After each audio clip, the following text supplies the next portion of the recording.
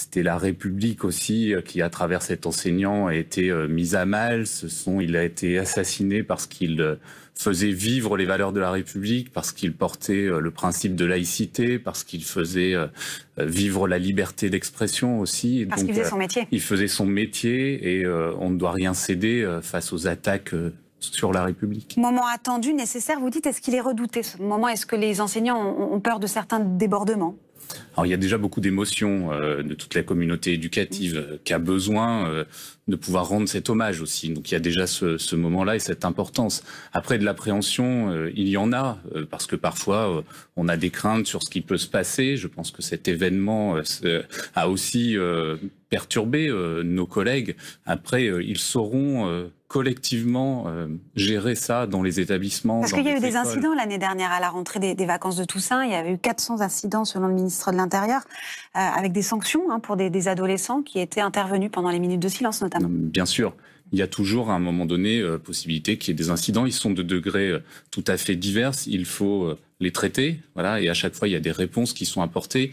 Et là-dessus, je crois qu'on peut faire confiance aux équipes dans les établissements, autour de tous les personnels, enfin des chefs d'établissement, aux enseignants, aux CPE, aux assistants de services sociaux, enfin tous les personnels éducatifs aussi, pour traiter aussi ces moments-là.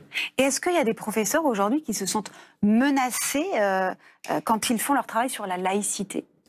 Je pense qu'il y a des professeurs qui ont des craintes, voilà, et elles sont légitimes. C'est des craintes, donc ils doivent être accompagnés, ils doivent être aussi formés. Enfin, je crois que l'essentiel, c'est aussi d'être en capacité de maîtriser cette notion-là de laïcité. Alors justement, Jean-Michel Blanquer annonçait des formations sur 4 ans. On en est où? Est-ce que vous allez être formé bientôt? Alors, elles commencent à se mettre en place, ces formations-là.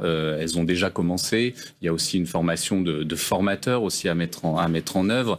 Et après, il y aura aussi la question du contenu de ces formations, de ce qu'il en est, parce qu'il s'agit de maîtriser le sujet, mais il ne s'agit pas juste d'être capable de mettre les symboles de la République, de scander République ou de dire laïcité. Oui, il faut faire face aux élèves et aux questions des élèves. Il faut faire face aux élèves d'une part, donc il faut être outillé intellectuellement sur ce que c'est, et puis aussi être capable à un moment au sein des établissements, au sein des écoles, de faire vivre aussi ce principe de la laïcité, qui est quelque chose de rassembleur, qui est quelque chose d'émancipateur et qui n'est pas quelque chose qui exclut. Mais il y en a qui se censurent, des profs. Là, je voyais dans une enquête IFOP pour la Fondation Jean Jaurès, un prof sur 2 dans le second degré, c'est déjà dit, non, je ne vais pas parler, par exemple, de questions religieuses pour éviter des incidents. C'est une réalité. C'est une réalité, mais je crois qu'il faut accompagner, c'est pour ça que je dis à la formation.